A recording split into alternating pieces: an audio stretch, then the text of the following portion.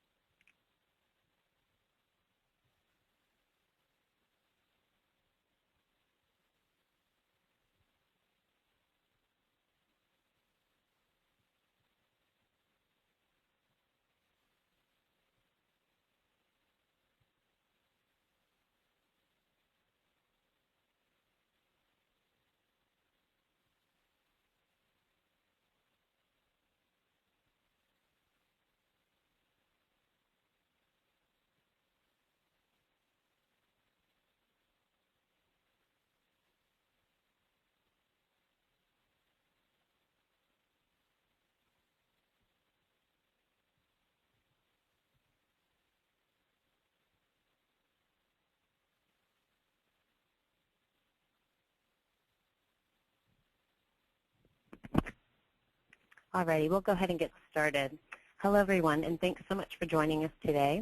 This webinar is entitled How to Create a Healthier School Food Culture and is brought to you by Action for Healthy Kids. My name is Heidi Knobloch, and I am the Illinois State Coordinator here at Action for Healthy Kids.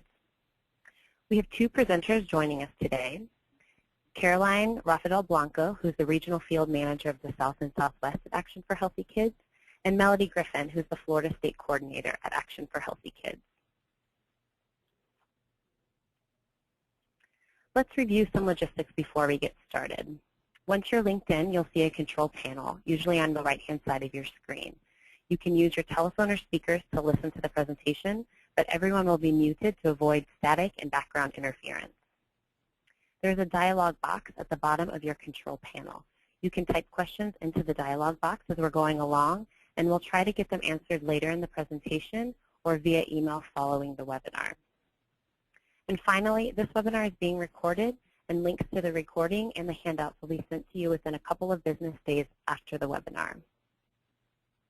So at this time, I'll turn it over to Caroline to give you a little more information about Action for Healthy Kids. Caroline?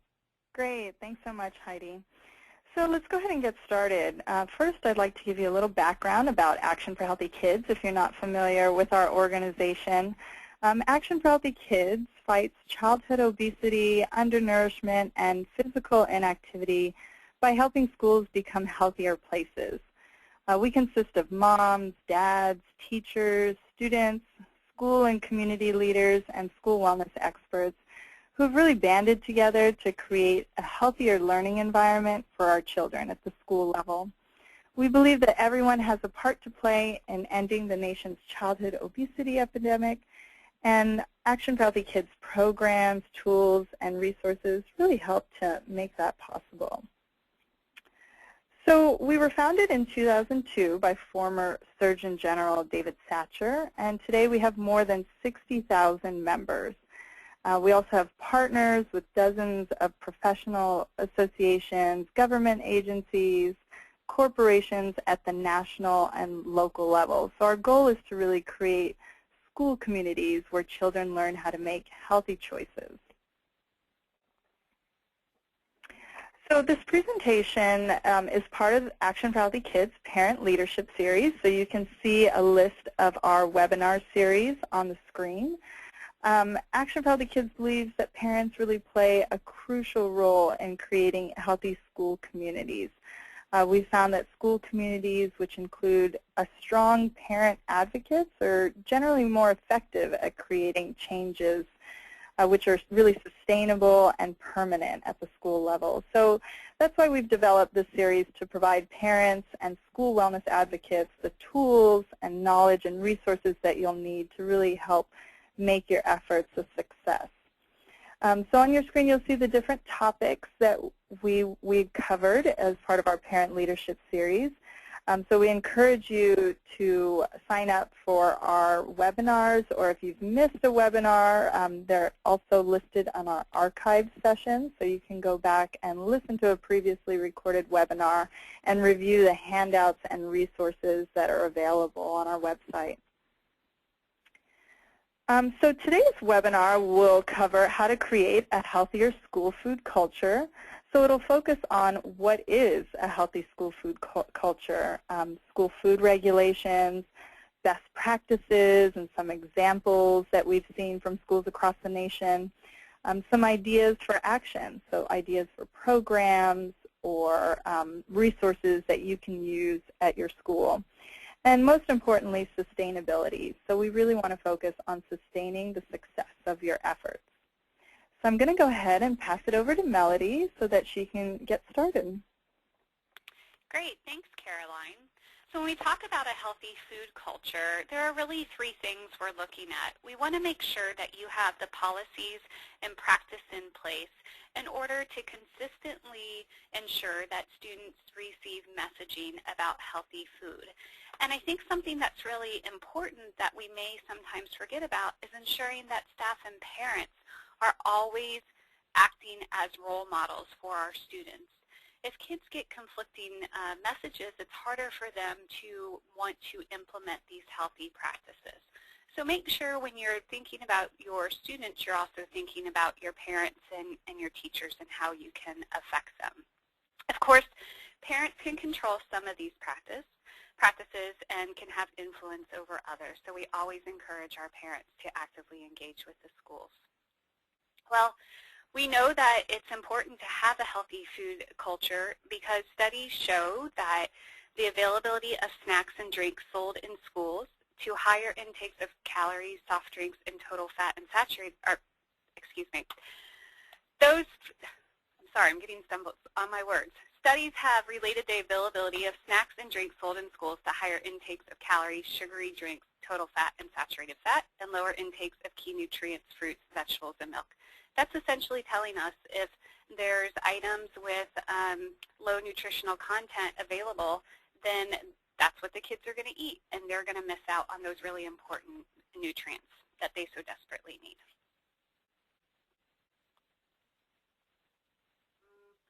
So some of the benefits to a healthy food culture relate to supporting classroom lessons, relates to encouraging consumption of healthy foods.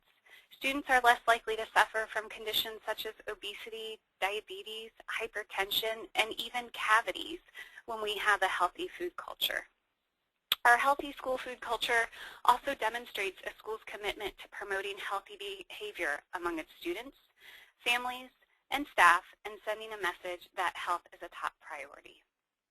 And a healthy food school culture creates excitement about nutrition. When nutritious foods are presented in a fun and engaging way, students really are eager to get involved. So something I am so excited about, and if you haven't had the opportunity to visit this on our website, and you can see the link at the bottom of our slide, is the Learning Connection. Within the Learning Connection, there truly is one of the best visuals I have seen to make the case for school wellness. You'll see a slide of a brain and how a student reacts to activity and no activity, and how the brain is really set up to learn better once they're active. But what the Learning Connection talks about at the higher level is that there is a connection between academic performance and student wellness. So if you're having a hard time maybe communicating this to your school, the administration, teachers, other parents, this really is a one-stop shop to help you communicate the importance of wellness in our schools.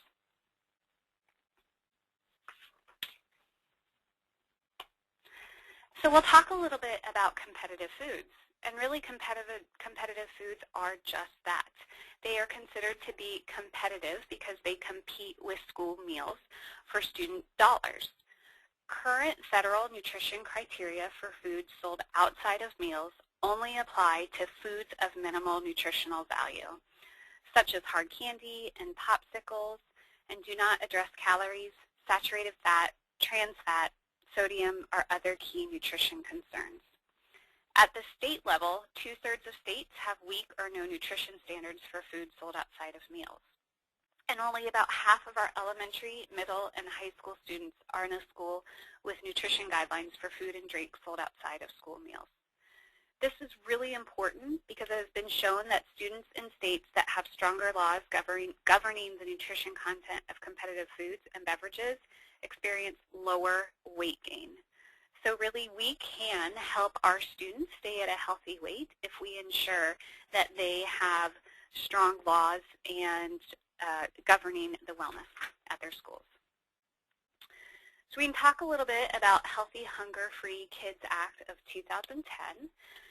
In addition to creating stricter rules for the nutritional quality of meals served through school lunch and breakfast programs, this act authorizes the USDA to set national nutrition standards for all foods sold on campus throughout the school day, including vending machines, a la carte lines in the cafeteria, school stores, and fundraisers. A competitive foods component, Smart Snacks in schools, applies to all foods sold in school during the school day. An interim rule is currently in place, and schools will need to be compliant at the start of the 2014-2015 school year.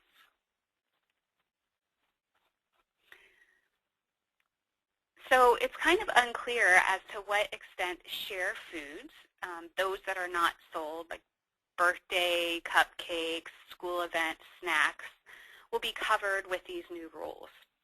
Pretty much any regulation will come from the local wellness policies districts have put in place. All districts participating in the National School Meal Program are required to establish a local school wellness policy. Sometimes you'll see it referred to as LSWP. That, among other things, includes nutrition guidelines for all foods and beverages available on school campus, not just those considered competitive or those that are for sale. But the really important thing is you can have a really strong district wellness policy or local school wellness policy, but there is no enforcement mechanism for wellness policy guidelines outside those that might be set in place by the district. And the strength of the guidelines can be very inconsistent. So if you want to work to create a healthier school food culture, we encourage you to familiarize yourself with the local wellness policy as a platform to promote healthy school food practices. And we're going to talk a little bit about best practices. And before we go into specific ideas, we want to go over some best practices that apply broadly to most all of the areas we're going to talk about. Start by making healthy options standard whenever foods are shared. Things like parties, fundraisers, school events, celebrations, time both in and out of the classroom. This can also include snack time, school stores, and vending machines. We also want to make sure that students can choose fresh fruits and vegetables, whole grains, and low-fat or fat-free dairy products whenever possible at every school food opportunity. And we really want to highlight water. It's extremely important. Kids need a lot of water, and all too often sugary drinks are their primary source. And the new USDA food guidelines require water to be available in the cafeteria at no cost for school meals. Water can really be a fast and easy option whenever foods are shared.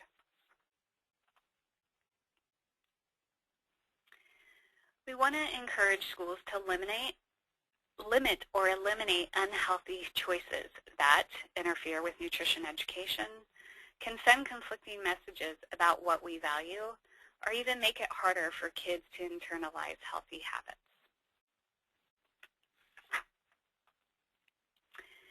And we want to encourage schools to shift the focus from food whenever you can. Host events which promote physical activity, music, art, and games. A good example of this maybe is instead of bringing cupcakes in for a birthday party, maybe that student receives extra recess. So the whole class receives extra recess in the name of that student. Or maybe they play a game in the classroom, or maybe they get a brain break. We can replace those food-based rewards and parties with physical activity opportunities. And here are some ideas for action. Healthy fundraisers, replace your cookie dough drive with maybe a fun run. Healthy birthday celebrations and family events.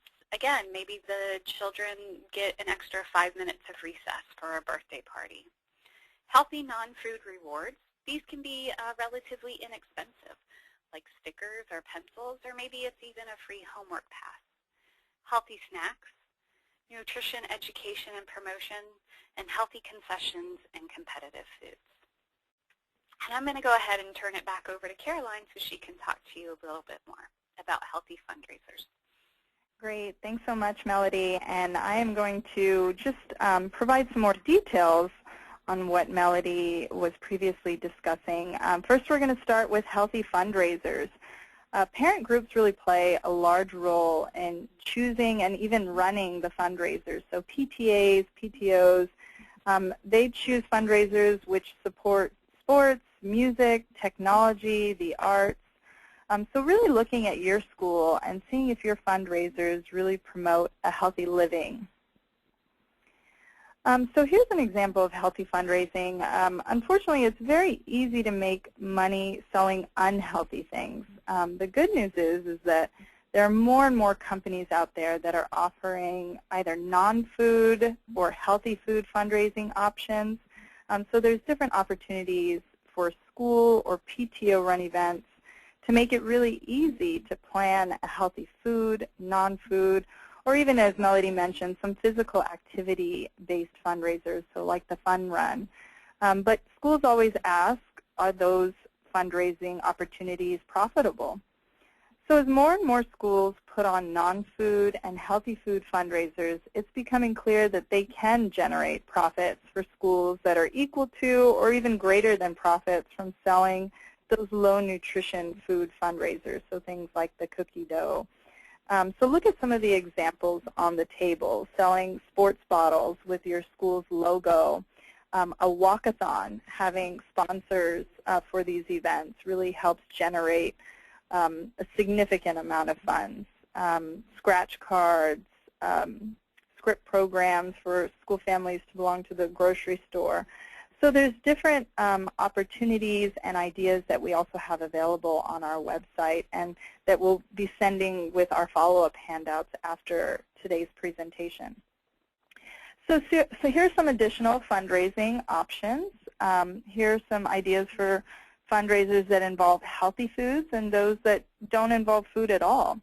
So there's things for healthy food fundraiser options, farmers markets, healthy vending machine options, non-food fundraising opportunities if you have a family health fair night, incorporating a game night, a bingo night, school spirits, discount cards, even things like extra activities for the kids. The run-a-thon or walk-a-thons have really been popular and have generated a significant amount of funds for schools.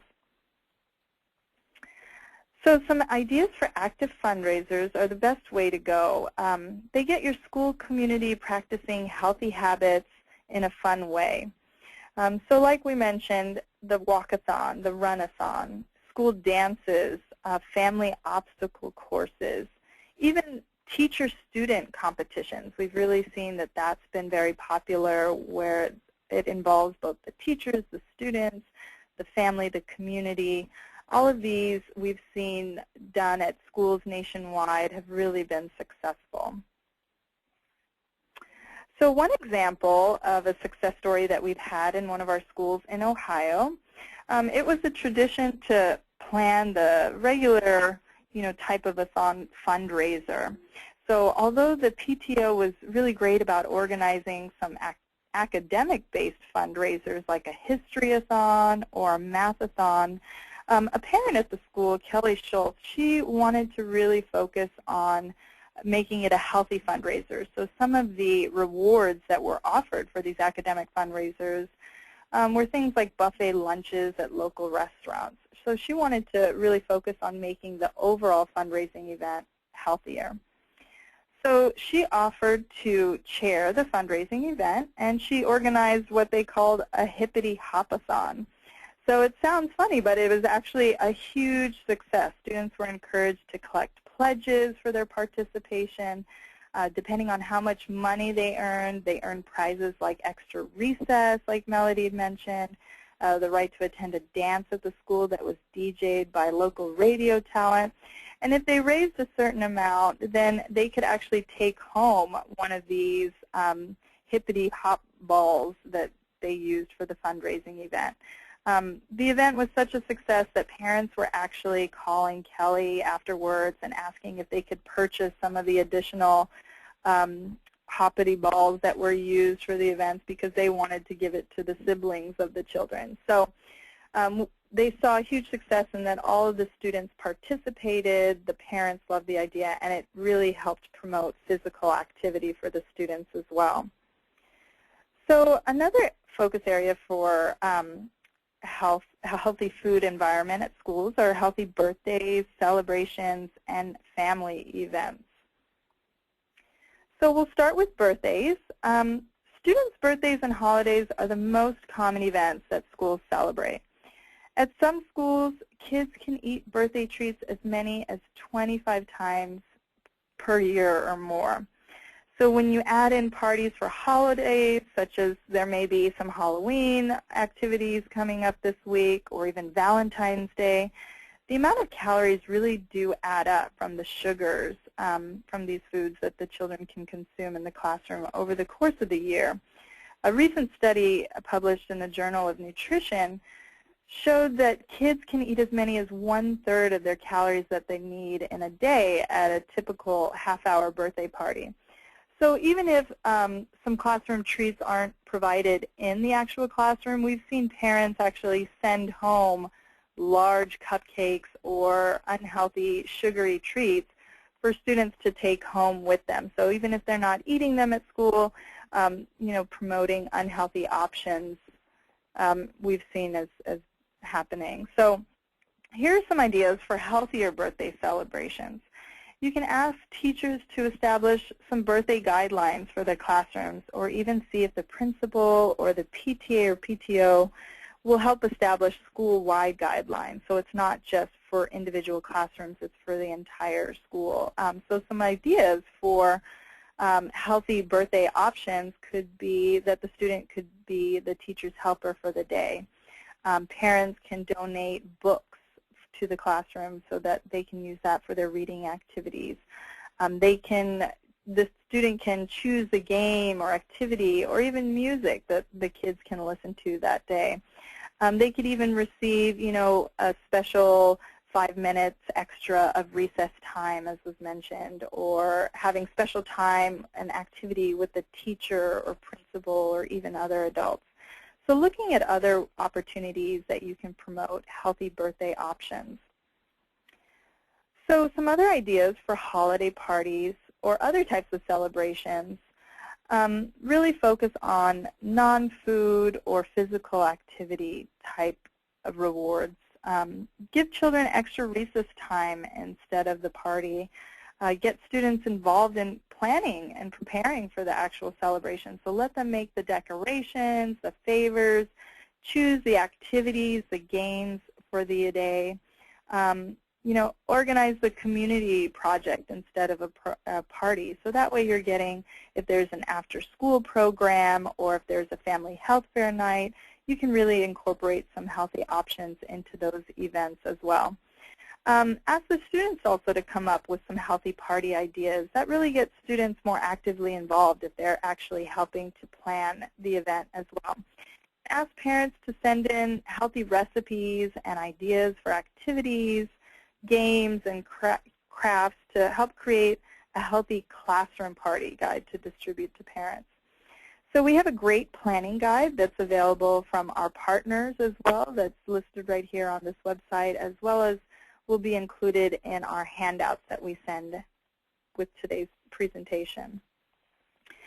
So next we're also focusing on family events. So really looking at the entire school environment, school food culture, how you can incorporate healthy options. So planning family events that really get parents engaged and on board with healthy living, as that will help to create more of a buy-in and support to create the healthy school food culture. It also makes it more likely that the healthy habits will be reinforced at home. So what's being done at school is also being done at home. So planning things at the school to incorporate health fairs, incorporating some community partners to attend these health fairs. Also school gardens. If you have a school garden at your school, really highlighting the school garden and getting the families involved for some activities around the school garden, such as taste testing the foods that are being grown, incorporating healthy recipes that include some of the ingredients that are grown from the school garden. Even physical activity events with healthy snacks or prizes, so fun runs, bike-a-thons, walk-a-thons. Nutrition classes for the family can be provided even from community partners. Schools can easily link with your local university or local food banks that offer nutritionists, registered dietitians to provide nutrition education. And something that's fun for everyone are always the parents and teachers versus kids sports competition. So everyone has a somewhat competitive nature, and it's always fun to incorporate that in any type of family or community event with the school. So some healthy food ideas. When food is a part of the celebration or event, you want to make sure that you offer a variety of healthy options. So as Melody mentioned, you want to incorporate the healthy fruits, vegetables, whole grains, low-fat dairy products, and really promoting water as a primary beverage. It's always fun to even arrange the fruits and vegetables so that way it's visually appealing for the kids. It draws their attention and makes them want to eat more of the fruits and vegetables. It's easy to also create a sign-up sheet that lists healthy options. So instead of having parents bring in just anything that they want for a healthy, for a food celebration, you want to be able to list out some of the options to bring, such as a fruit tray, whole grain crackers, low-fat cheese.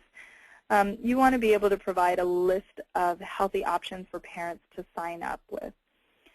You can also get a PDF of healthy food ideas on our parent toolkit, which is available on our website as well. So that way you can see a list of different types of healthy options available. So as I mentioned, you really want to make the foods more visually appealing and fun for the kids to eat. You can see from these pictures that are provided on the slide that if you have fruit kebabs or if you just arrange the fruits and vegetables in a certain way, it makes it really fun and appealing for the kids to want to try and eat. Some of the ideas that have been incorporated for Halloween are these boo-nanas, which are just bananas that have, 2 eyes in it, and they're just making it fun for the kids to eat. So we know parents are so creative, do a lot of these fun things at home. We want to be able to promote those as well on the school environment. So really looking at ways that you can use your creative aspects to promote healthy options for students. So creating a healthier school food culture was also a priority for a wellness committee in another one of our schools in Ohio, in Norwich Elementary.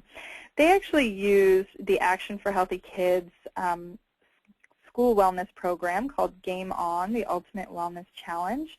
And they use this for their elementary school as a framework for their healthy school efforts. So as part of this program, they led healthy taste testing, challenges, and other activities around fruits and vegetables, dairy, and whole grains to really promote healthy options at the school. So what they did is during their winter health fair fundraiser, the parents were actually treated to yogurt parfaits with whole grain toppings. So they had a few moms make some homemade granola. They put that as the topping on the yogurt, and they gave the parents the recipes and sent them home with some of the nutrition education materials. So incorporating both the students and the parents in these activities really helped to get the community involved at the school wellness events. So they use this at their carnival and fair as one of their healthy food options to sell, because sometimes you usually get things like snow cones or unhealthy options. So they wanted to try a healthy snack as far as one of their fundraising goals, and they saw that it went over extremely well. The parents were glad to have a variety of healthy options available at their annual winter fair fundraiser. So next we'll move on to some healthy non-food rewards. As we know, rewards are such an integral part of the school culture. It really recognizes the student, and rewards happen at many levels across the schools, from the teachers giving awards, administrators, or even parent groups offering rewards to recognize and celebrate student accomplishments. So school health organizations and other experts really recommend that non-food rewards as a best practice. We found that providing any kind of food based on a performance or any type of behavior that students do can teach children to eat when they're not necessarily hungry just because they received a reward. So really setting the stage for unhealthy habits that last a lifetime and could also contribute to childhood obesity. So food rewards, like the one in the slides that we have shown, are typically high in fat, added sugars, sodium with little nutritional value. They're really empty calories, and they don't contribute to the student's overall diet and can contraindicate what is being promoted at the school wellness or school culture. So you want to look at what you're actually promoting as a reward. So since parents don't necessarily control the classroom rewards or rewards from the principals or administrators, you really want to help to make the case for non-food rewards from school staff and how you can give them examples or help them direct their efforts to promoting healthier options. You can always work with individual teachers, but it's always great to set the standard for the entire school. So really work with a teacher that can help to be your healthy rewards champion. If there is a school teacher interested in promoting healthier options, really help to promote and showcase those teachers' efforts, so that way other teachers within the school and even district can help to reciprocate that. Put up bulletin boards promoting healthy rewards. Give a presentation to the school staff about some healthy food reward options.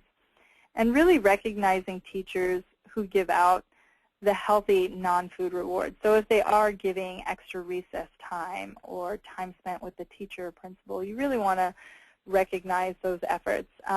Other simple things as far as rewards could be the stickers, the pencils, recognizing the student for the day, really focusing on healthy non-food rewards. So the recognition in itself is actually a big reward for the students.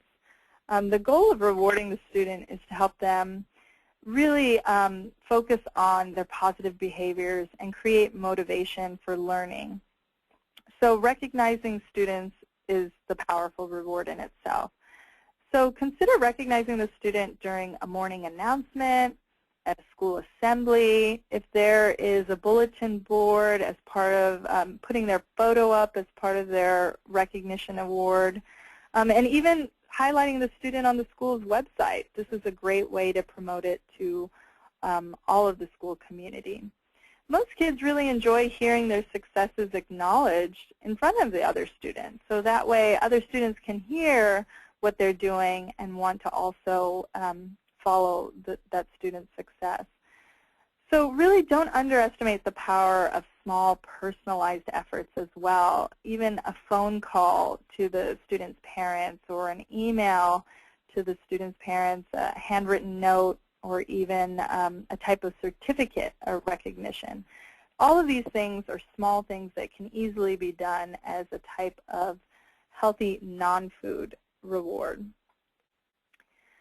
So some other non-material rewards involving opportunities for physical activity and other types of enrichment are also powerful ways to advance the mission of the school community and really promote healthy living. So material rewards such as school supplies, school-branded trinkets or toys or gift certificates can be donated by the parents or provided by parent-teacher organizations for use on a limited basis, so based off of what the student is being rewarded for. So here's some ideas for elementary school, middle schools, and high schools. Elementary school, we've always seen extra recess time as being such a success. Art, music, or reading time, show and tell. Students love to showcase something and really present it to their peers. Middle school, really looking at things as simple as computer time, recognizing them during assemblies and field trips. And high school, they always want to look at things that can help them improve. So extra credit, late pass for their homework, really recognition on morning announcements. That really helps to get the entire campus recognizing the event.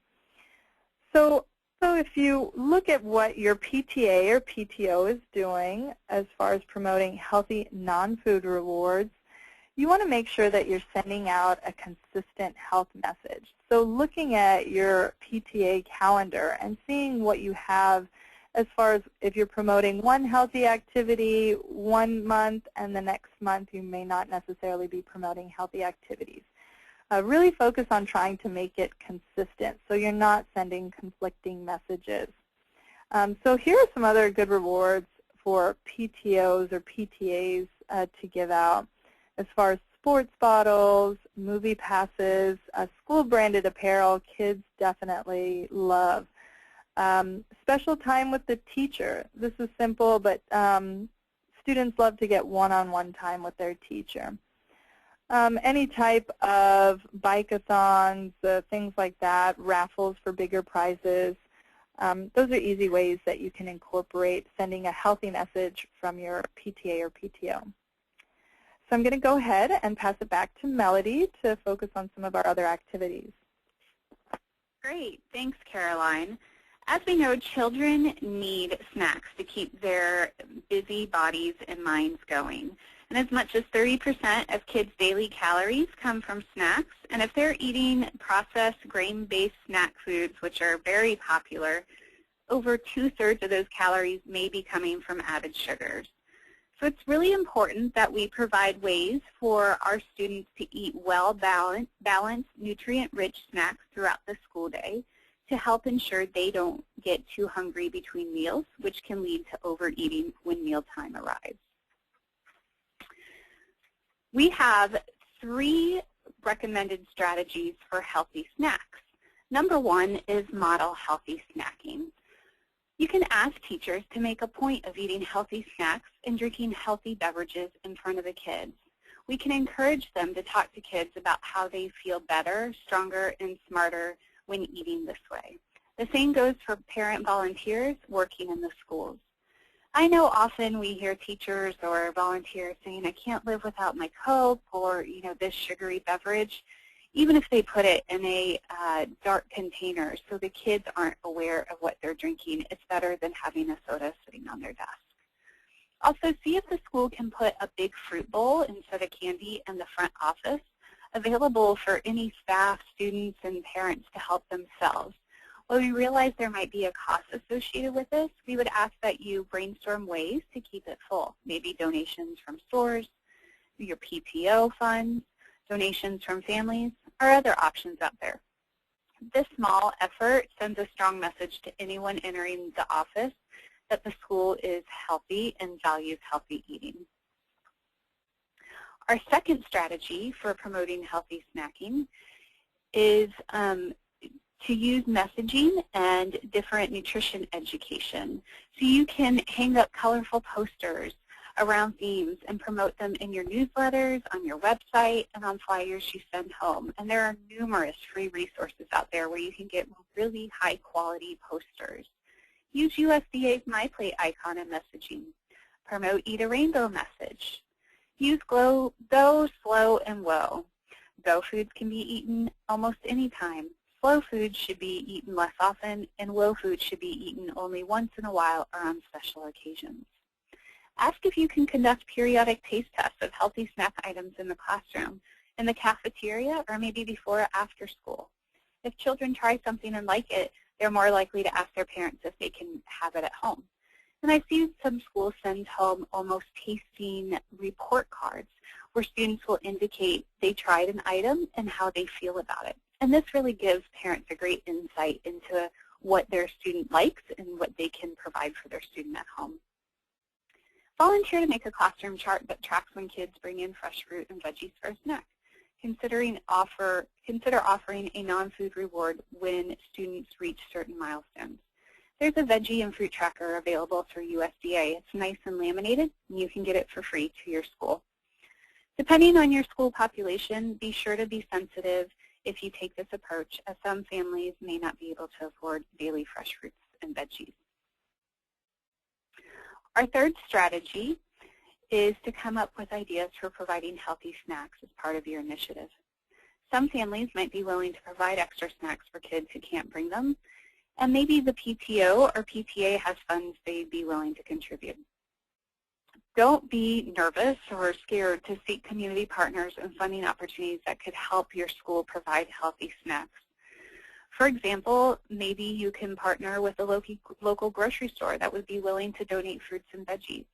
If your school has a high free and reduced lunch population, it may be easier to set up these types of partnerships. When we talk further about healthy snacks, we want you to let you know that about only 1% of adults and 2% of children meet both of the daily fruit and vegetable targets recommended by the USDA's dietary guidelines for Americans for 2010. We really should be filling about half of our plate with fruits and veggies at every eating occasion. For most Americans, this means more than doubling the amount of fruits and vegetables we eat daily. And on your screen, you can see some really great websites for resources for snack ideas. So moving on from healthy snacks, we're going to talk a little bit about nutrition education and promotion. We really want to make sure we're teaching both our students and our staff about how to choose and enjoy healthy foods and about the benefits healthy foods have for our bodies and minds. Many districts require nutrition education to be taught in the classroom. The 2010 Healthy Hunger-Free Kids Act that we talked about a little bit earlier in this presentation adds an additional requirement that all local wellness policies include goals for nutrition promotion. Nutrition education and promotion can take place across the school, formally and informally, inside and outside of the classroom, in the cafeteria, all around the school, and at school events. Basically, anytime there's an opportunity to educate our students, we can slide in a little bit of nutrition education. So here are some ideas regarding nutrition education. Parents can always encourage teachers to spend more time on nutrition education in the classroom by offering resources to conduct workshops in the classroom. There's a great resource from USDA Teen Nutrition listed on the screen. Ask if you can put up signs that promote healthy eating. Again, there's many free resources available through USDA and other sites. Write healthy eating tips for the school newsletter or have the wellness team create its own newsletter or website that provides updates on team activities along with information on healthy living. Or lead a student group dedicated to promoting healthy eating. It will have a bigger impact when it comes from peer groups. And really, you'll get more buy-in from the students if you have peers leading peers. Continuing on in nutrition education and promotion, you can plan a fun and interactive family event like we talked about before around nutrition education. take advantage of the events like parent-teacher conferences when you have a built-in audience to provide healthy snacks and nutrition tips, or plan a health fair. You can bring in your community partners who would love to get in the schools and have the same focus of creating a healthy culture within the schools. Find out what organizations in your community offer in terms of nutrition classes, workshops, or assemblies that they can bring to your school. Oftentimes these are free resources, and one resource I suggest you check out is your local extension services, which often has free nutrition education available for use in your school. You can lead a student group dedicated to promoting healthy eating. Again, students that have buy-in and educate other students will go much further than any of us can do on our own. And also we can go back to those food tastings and giving the students the opportunity to try healthy foods, particularly when you can have them try those school breakfast items or school lunch items and relate them back to school meals and encourage the students to participate in school breakfast or school lunch. The Ohio Action for Healthy Kids team has created a great toolkit for putting on taste tests. Don't forget that every time you have an opportunity to share food, like all those activities we've already covered, it's an opportunity to talk about what you're serving and why, and an opportunity for kids to practice making healthy choices if you serve nutritious options. I'm really excited to share with you a success story from Spar Elementary, which happens to be in Florida. They use nutrition education, including taste tests, to improve their school food culture. As part of their Game On, which we had talked about previously in this webinar, they placed a huge emphasis on healthy eating. They asked teachers to address the topic with students. They used student-produced school morning television show to let students talk about which healthy items were on the day's lunch menu, and they organized a series of taste tests that were offered to students in different grades throughout the year. At one point, they did a vegetable taste with 4th grade students. It was the beginning of December, and students had the opportunity to learn about the taste, about and taste red bell peppers, cherry tomatoes, and yellow squash with and without ranch dip. On this screen, you'll see a quote from a member of their Game On team. About a week after the taste test, the teacher came into my office full of smiles. She had just allowed the students to select what they wanted to serve at their Christmas party. They unanimously chose the vegetables from the taste test rather than cookies, candy, chips, etc. So, and I've seen this firsthand myself at one of my schools. We had students being rewarded each month for participation in the media club, and they were being given donuts. And they went to their PE teacher because they knew she was a wellness champion and said, we don't want donuts anymore. And the PE teacher encouraged them to have a conversation with the teacher responsible for bringing in the unhealthy items. They asked for healthier items. She brought in fruit kebabs, and from now on they get fruit kebabs because they actually prefer those over the donuts. So these little changes can be made. In addition to changing kids' attitudes about food, Spar Elementary also experienced dramatic increases in their test scores after promoting healthy eating and physical activity through Game On. So really, health and wellness in the school does result in academic success.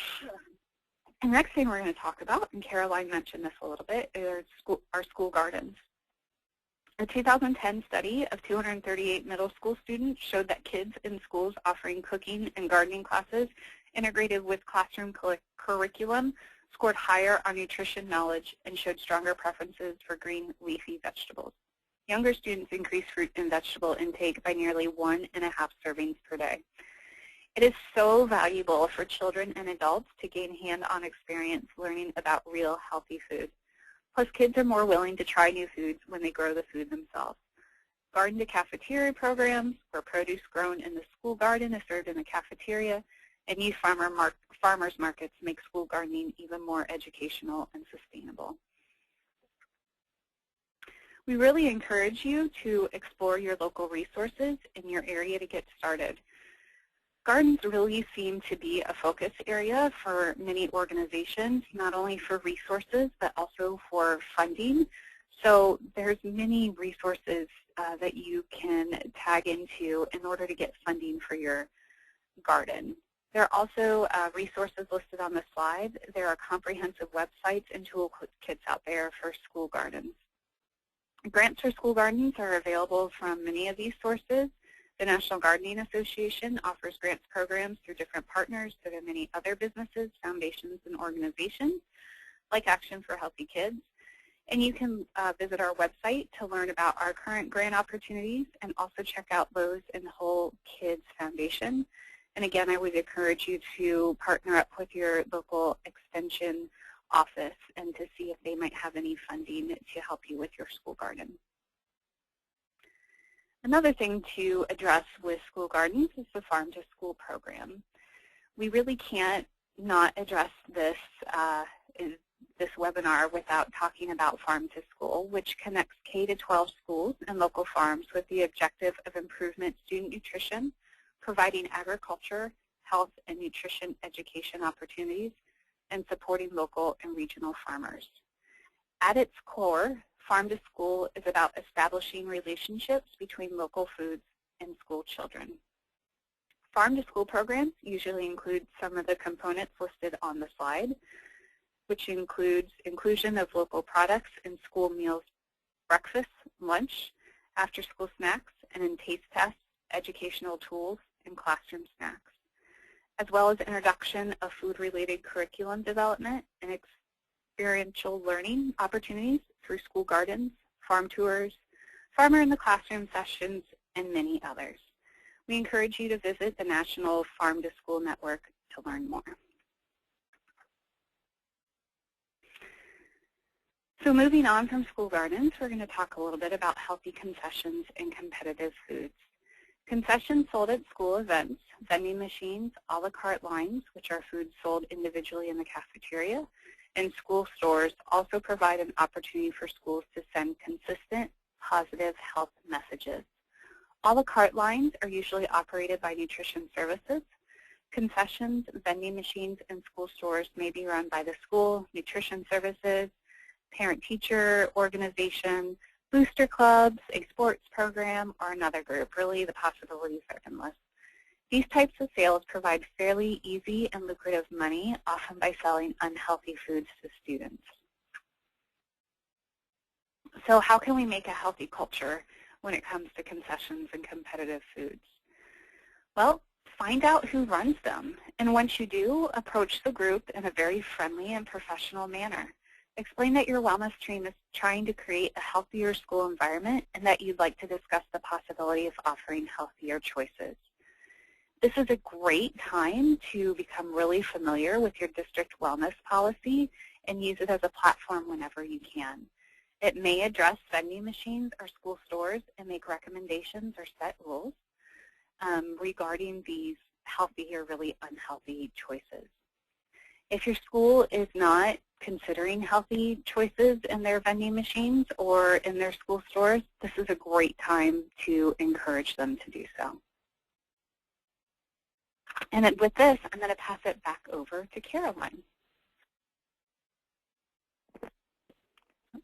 Great, thanks. So as far as your concessions and competitive foods, really focusing on vending machines that are usually in schools for a contracted amount of time. So your school may have to keep the vending machines around during the contract until the contract period is over, but you may be able to talk to the vending company about incorporating some healthier options and switching out the unhealthy options for a new contract to be written. So for example, some schools have changed their vending machines to only sell water, 100% fruit juice, and other healthier low-sugar options.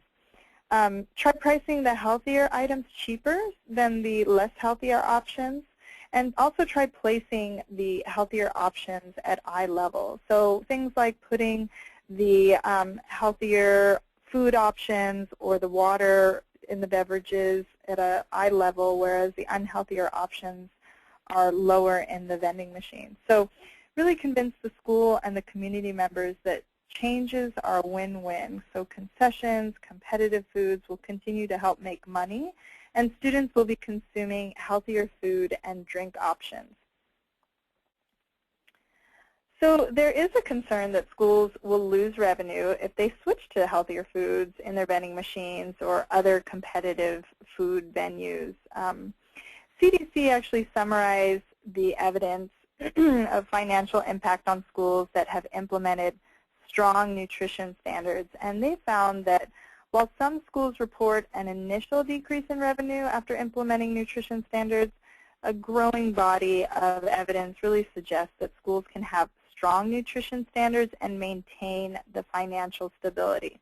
So in fact, many schools actually end up making more money as increased sales of the school meals make up for any losses that they may experience from the a la carte items or vending sales when the initial transition of those items has occurred.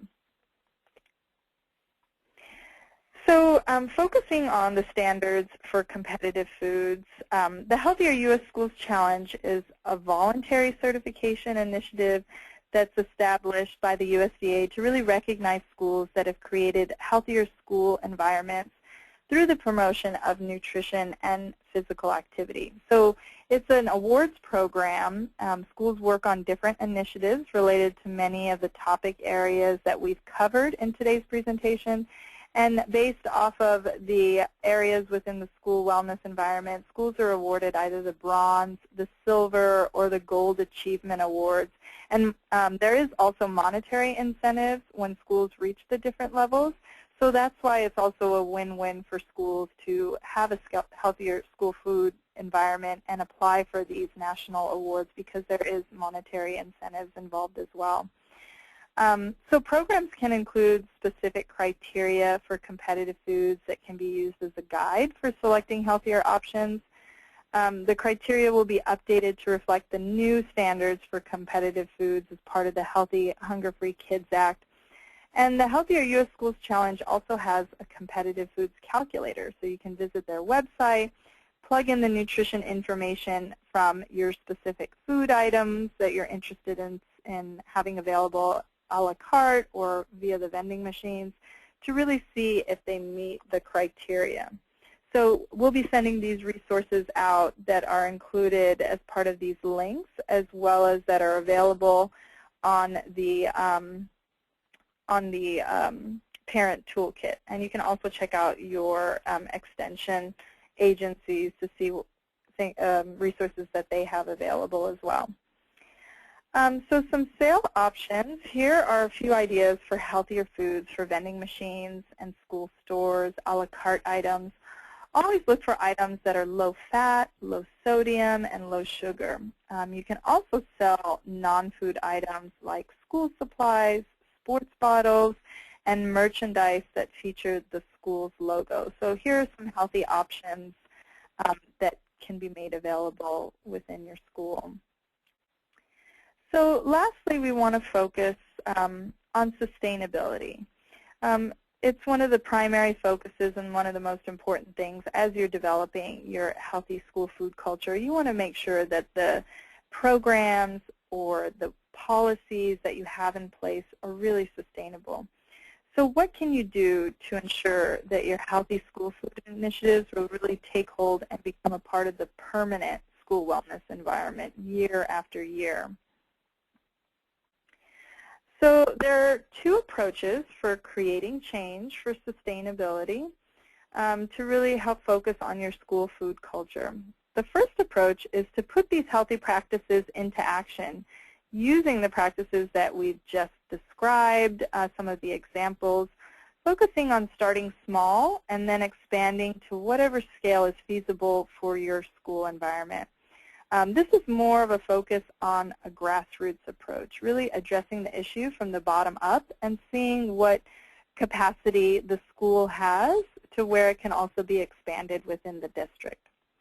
The second approach is to actually write changes into the school wellness policies or school health improvement plans. Also looking at your school wellness policy that's in place and seeing which of those policies are actually being implemented or how they can be enhanced. Incorporating these practices into your school improvement goals will help you stay on track and really keep the attention focused on the student health. But be sure to include teachers, school staff, and even students in the conversation as you develop these policies. You really need the buy-in and participation at all levels. Since the school environment, since the school staff, the school administration, since they're actually the ones that are enforcing or implementing these policies, you really need to have their buy-in because that's the most important part. Engaging parents and students is also important as well, as you want to see those practices being carried out after the school time as well. So the approach that you take initially will really depend on your current school environment and your school leadership. Ideally, your school's wellness policies and wellness practices will really move together. When changes are written into the wellness policy or the school improvement plan, they help to provide a backbone for your efforts to change the wellness practices. So really looking at implementing your wellness policy. But at the same time, when positive wellness practices begin to take hold in your school, they provide more buy-in to write the changes into policy. So once a practice has been implemented, it's easier to write it as policy because it's already being implemented. So ultimately, both approaches are really necessary to help transform your school food culture. Another way to increase your sustainability components is to really group your initiatives together under a school health or school wellness umbrella. So looking at individual projects as they tend to have more of an impact if they are part of a larger, more ongoing effort. Establishing a wellness committee at the school campus level. We always recommend a 5-member wellness team to really help get things going and help for sustainability, as it helps to drive and promote the initiatives to get things started. Also using a best practice or a tested framework, such as Action for Healthy Kids program series. We have Game On, the Ultimate Wellness Challenge, that's recommended for the elementary school level. Fuel Up to Place 60, which is recommended for middle school, and also Students Taking Charge, which is recommended for high school. Each of the program components can be incorporated at any age level as well, as they focus on both nutrition and physical activity components. And all of these programs you can actually tailor to help meet your school's needs, so you can use different components of the program to help enhance your current school wellness initiatives. The student engagement in these programs is key to their success, so really focusing and involving the students within these nutrition and physical activity components. And as we previously discussed, signing your school up for a national recognition program. This will help to really solidify your school's wellness identity, which can also be used as a marketing tool for your school. It can be promoted through your school communications, on your school website, at the national level, through these national partners as well. It's promoted on their networks. You can also, at the national level, check out the Healthier U.S. Schools Challenge, like we talked about, the Alliance for a Healthier Generation, and a Healthy Schools Recognition Program that may be available at your state level. So numerous states actually have a state-level recognition program that you can apply for. So I'm going to go ahead and pass it over to Heidi to discuss some additional resources. Great. Thank you, Caroline. So you'll find some additional resources on our website, including the tip sheets that focus on each of the topics that we covered today, as well as our Share Healthy Foods and Activity at School presentation. And as a reminder, all of the links to these resources, in addition to the handouts, will be available to you in a follow-up email that will be sent after the webinar. So as I mentioned, our Share Healthy Foods and Activity at School presentation is a great tool that you can use to increase support for healthy foods at school. We have a slideshow presentation that you can download and share with your audience, and it includes many of the same slides that are in this webinar. So use it as a tool to advocate for healthier school food at your own school. This particular PowerPoint shares facts about the obesity crisis, points out some of the inconsistent messages that we're giving our kids through common daily practices at school, It shares information about best practices, and it calls all members of the school community to come together to make the school food culture healthier. So I encourage you to use this presentation to challenge your own school community to share healthy food and activity at school. So parents, teachers, students, school leaders, and community members can make a lasting impact when we combine efforts.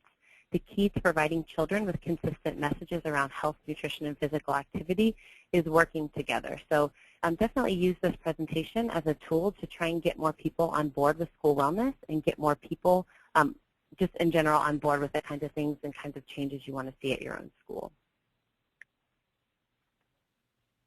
So at this time, we'll take a couple of questions from the audience.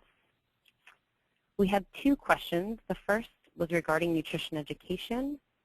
Caroline or Melody, can you please repeat the meaning of go, slow, low and provide some examples of each? Sure, this is Melody, and I'd be happy to provide or give some additional information on go, slow, and low. So go foods are those foods that you can really eat anytime. They would be foods like our fruits and vegetables and our whole grains and our lean proteins. Those are the go foods. You can think of it as a green light. You really don't have to second guess eating those foods. The low foods are those that you probably don't want to eat all the time, but they can still be part of a healthy diet. So maybe they're some of our foods that have a little extra, or maybe a little added sugar, maybe a little added fat. And then our slow foods are the ones, or I'm sorry, your low foods are the ones that are really to be used as special treats and then only occasionally. And those would be things like cupcakes, candies, those foods that you really have to think about and probably aren't the healthiest options. Caroline, I don't know if there's anything you'd like to add to that. Yeah, no, I think you encompassed that, Melody, and all of these resources are also available on our website as well as the USDA website for specific My Plate resources, Eat a Rainbow resources, Go Slow and Whoa, as Melody mentioned. Great. Our second question is about vending machines. So we had a question arise regarding a situation where vending machines are run by a local foundation or group. And at this particular school, the funds are used for scholarships. And they've already seen a drastic reduction in money for scholarships. So people have been very unsupportive of changes to vending machine options. So the question is, how would you respond to that? And what are some good strategies to kind of overcome this challenge? This is Melody again, and I think one of the best things we can do is actually ask our students. And before we assume that they're not going to be interested in the healthy foods, is send out a poll and say, are you willing or would you purchase these items if offered through the vending machines? Another thing you can do around the vending machines is offer taste tests. We talked about it a few times during our webinar, but taste test some of the items you think you would like to put in the vending machines, and again, poll the students and see if they really like it or not. And if you have that research and that data, it'd probably make a much stronger case when you go to that foundation that controls that vending machine. Yeah, and that's great, and I'll add to what Melody mentioned as well, in that really working with your school wellness team and the contracted vendor to see what other options that they have available that could be healthier food options. So if they do have low-fat options, lower sugared options of the same items, it's easy to switch them out or even offer a variety. Studies also show that even placement of the items within the vending machine also helps to increase sales. So placing things, healthier options at eye level and the unhealthier options in the lower portion of the vending machine, students are more likely to choose at the eye level, choose the healthier options if they have been taste tested or student surveys done of some of the items that could possibly be replaced or additional healthy items put in. Then students are more receptive to purchasing those healthier options as well. So that wouldn't affect a decrease in sales if they continue to make purchases using the vending machine. Great, thank you. We actually have a couple of more questions that just came in.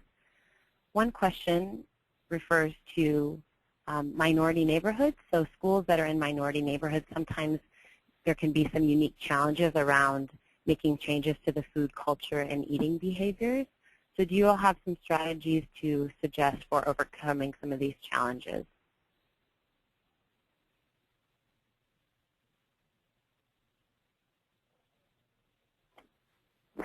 This is Caroline. Really tying in local community partnerships as well. That can really help to promote overall school wellness. So, as we've mentioned, things like health fairs, tying in local community partnerships, based off of the school food environment, different cultures, really, focusing on different cultural components for items such as taste testing or incorporating nutrition education messaging in both English and Spanish can help to improve the messaging that's being sent out, as well as community collaborations and partnerships as well.